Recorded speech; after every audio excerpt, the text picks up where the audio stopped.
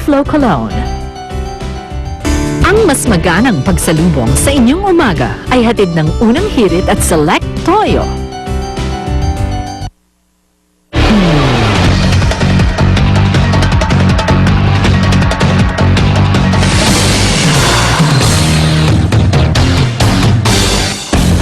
Nagbabalik ang unang balita mga igan, patuloy na makararanas sa mga pag-ulang dulot ng hanging habagat ang ilang lugar sa Luzon. Kahapon binaha ang ilang lugar sa Metro Manila na nagdulot ng perwisyo sa mga motorista at residente. Darito ang report. Walang patid na pag-ulan. Yan ang naranasan sa maraming lugar sa Metro Manila kahapon. Ang resulta, malailog na baha sa ilang kalsada. Ang ilang bahay sa Malabon hindi nakaligtas. Kabi-kabilang perwisyo tuloy ang inabot ng mga residente. Ang mga motorista naman sa Navotas, traffic ang naging problema.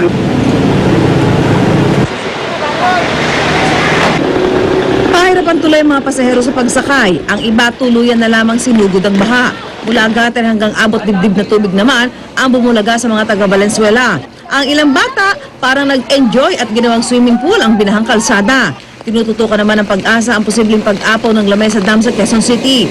Kung magkakataon kasi, posibleng pagbaha sa mga komunidad sa paligid ng Tulyahan River ang idulot nito. Todo alerto na ang mga residente sa paligid ng Tulyahan River mula sa Quezon City, Caloocan, Malabon hanggang sa Navotas.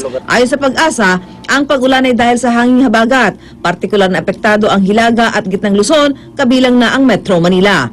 Para sa unang balita, Susan Enriquez reporting. Mga airport at iba pang entry points ng Pilipinas gwaradyado na ng mga otoridad.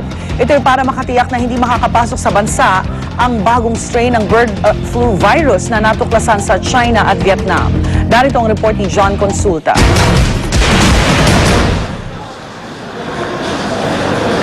Wala pa namang namomonitor na kaso ng bird flu. Pero minsan na rin naging alerto kontra rito ang Pilipinas nang lumipat at kumalat sa mga tao ang naturang H5N1 virus sa higit kumulang 15 bansa mula 2003 hanggang 2009. Ngayon, higit pa raw dapat maging mapagbatsyag.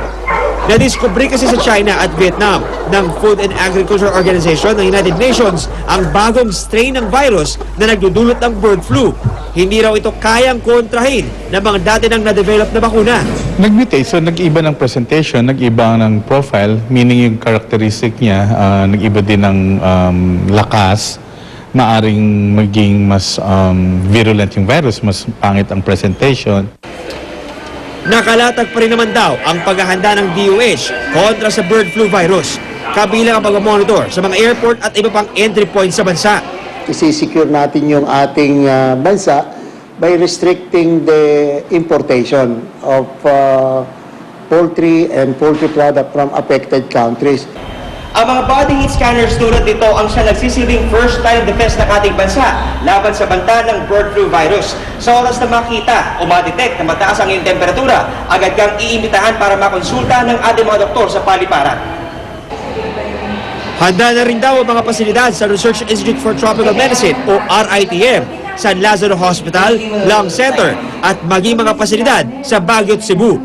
Pero hindi na raw kailangang i-quarantine pa si Pangulong Noynoy Aquino at mga kasama niyang mga miyembro ng gabinete, negosyante at media na nasa China, kahit may mga kaso ng bird flu roon. Patuloy namang umiiral ang ban sa pag-aangkat ng mga ibon at poultry products mula sa China at Vietnam. Pareho ang sintomas ng trangkaso at bird flu, gaya ng pagkakaroon ng lagnat. Kaya payo ng mga doktor, magpatingin agad kapag kinakitaan ng mga ganitong sintomas. Maging maingat din sa pagluluto ng mga manok at iba pang poultry. Provided it's properly cooked, the same advisories that we had then, namamatay naman ng mikrobyo, hygiene, kasi the patient would manifest with cough and colds as well. So yung cough etiquettes natin.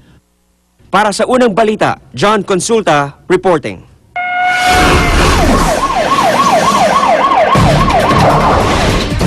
Bodega ng damit at gamot sa Pasay, nilamon ng apoy. Problema sa koneksyon ng kuryente ang hinihinalang pinagbulan ng sunog. Para sa detalye, may report si Haji Rieta. Haji. Yes, Igan, na isang bodega ng mga damit at gamot ang kasalukuyang nasusunog ngayon, no? Dito sa Barangay Kalayaan, dito sa may Merville Access Road sa Pasay City. Igan, nag-umpisa raw ang sunog sa isang bodega ng mga gamot at nadamay lang ang isang bodega ng tela. Paniwala ng mga may-ari, electrical problem ang dahilan ng sunog dahil matagal na raw itong nirereklamo ng mga may-aring Indian nationals. Ayon sa kanila, umabot ng araw sa ₱1,000,000 ang nawala o ang halagang nawala dito sa sunog. Igan sa ngayon patuloy pa rin ang inapula ng fire department ang sunog na meron pa kasing apoy sa loob ng warehouse. Kaya patuloy pa rin itong pinapatay ng fire department. Igan? Maraming salamat, Haji Rieta. Samantala, demolisyon sa Old Balara, Quezon City na uwi sa Karahasan. Ang ilang residente na walang malipatan nagpalipas na lang ng gabi sa lansangan. Narito ang report ni Ian Cruz.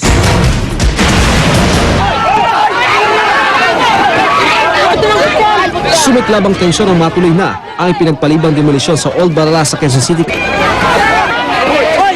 Sa gitna ng gilian, nahila ng mga pulis ang magpinsang Jason at Jerry Celso na nakaharang sa eskinita nang papasok na ang demolition team. Nakunan pa ng aming kamera nang mahataw ng yantok sa ulo si Jason. Sugatan naman sa mukha si Jerry.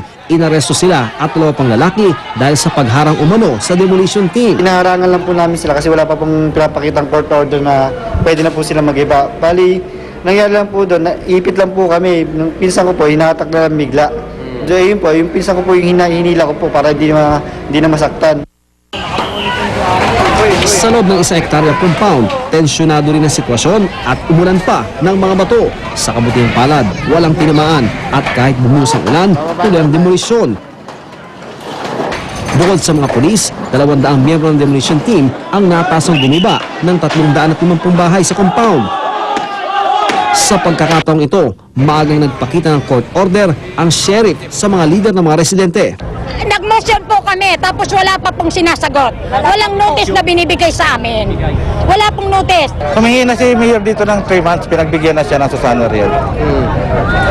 So wala na talaga, ngayon na talaga to. Opo, ngayon na. Pagkagat ng dilim, ito ang aming nasaksihan sa bangketa sa gilid ng Commonwealth Avenue. Naghanda para sa gabi ang mga residenteng wala pang malipatan. Dito nila titiisin, hindi lang ang lamig, kundi pati ang banta ng ulan. Ito na po kami magdamag po. Paano po yan, umuulan? Mag-ano lang po kami, magtuldan lang po kami. Wala kami magagawa. Sana nga po, maawa sila sa amin na gano'n ang nangyari sa amin na kahit papano naman, may kunti kaming matanggap. Ang mga residenteng nawalan ng tirahan, maaaring makakuha ng financial assistance mula sa Susana Realty na may-ari ng lupa. Sa mga ipinatuyong booth sa lugar ng Urban Poor Affairs Office ng Quezon City, yan ay basta kasama sila sa mga dati na nakatira roon, batay sa 2004 at 2011 census. Sa ngayon, 100 na ang nabigyan ng 24,000 pesos na financial assistance. Para sa unang balita, Ian Cruz reporting. Reporter na nasa gitna po ng pagbabalita, muntik ng tangayin ang higanting alon sa China. At sexy cover shoot ni Lovey Pool para sa isang sikat na men's magazine, Silipin. Huwag pa huli, tutok lang sa unang balita.